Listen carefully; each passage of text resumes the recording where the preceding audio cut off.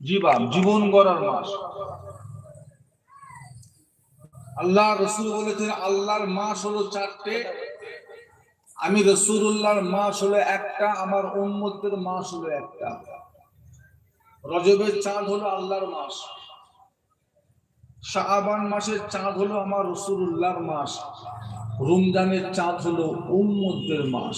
জোরে বলুন না। এসব মাস হলো ইবাদত করার মাস।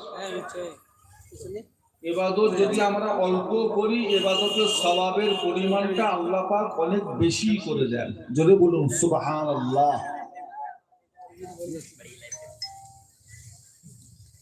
করেছে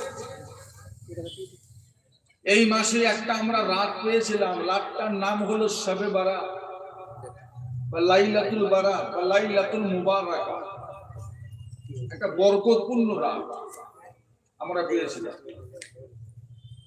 আমাদের কিছু ভাই নফল নামাজ পড়েছে, দান খায়রাত করেছে, অনেকে আবার পরের দিন সকালে রোজাও রেখেছে, নফল রোজা রাখেন বাড়ির মায়েরা বোনেরা অনেকে রেখেছে, আলহামদুলিল্লাহ।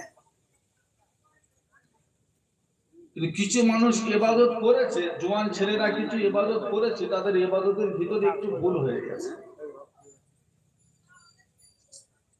শবে বারাতের দিনের ফজরের নামাজ কাজা, শবে বারাতের দিনে জোহরের নামাজটাও কাজা, শবে বারাতের দিনে আসর নামাজ কাজা, মাগরিব কাজা করে নেই। রাত 8টার সময় গোসল করে নতুন জামা কাপড় পরে আতর খুশবু মেখে মসজিদে এসে হরদম নফল নামাজ হয়েছে না?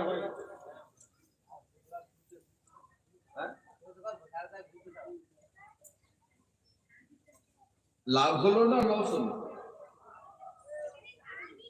নিজের ভালো খারাপটা বুঝবেন না। আমরা নামাজ পড়লে আল্লাহর লাভ না আমাদের লাভ? আপনি সারাদিনের ফরজ নামাজ ছেড়ে দিয়ে আর রাত 2টো পর্যন্ত মসজিদে নফল নামাজ পড়ছেন, তাহাজ্জুদ পড়ছেন, লাভ হলো না লস হলো? কি হলো?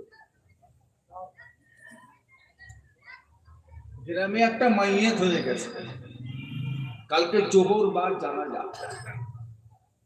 এই সংবাদ যখন মসজিদের ইমাম সাহেব দিয়েছেন, পরের দিন সকালে ঘুম থেকে উঠে দেখছি আমার ভিডিও করিস, আমার ভিডিও করিস, ওরা ঘুরিয়ে দে, হ্যাঁ ঘুরিয়ে দে, আমার ভিডিও করিস।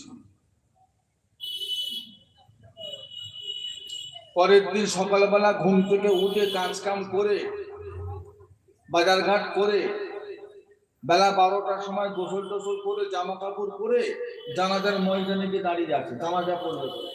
জোহরের নামাজ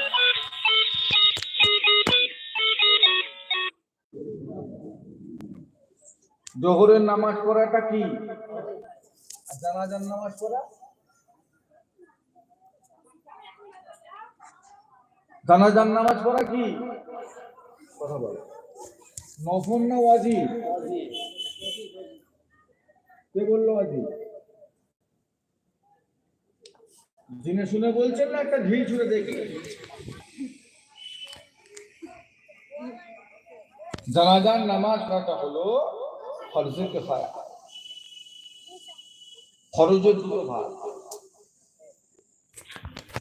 একটা হলো ফরজে আইন আর একটা হলো ফরজে কিফায়া। ফরজে আইন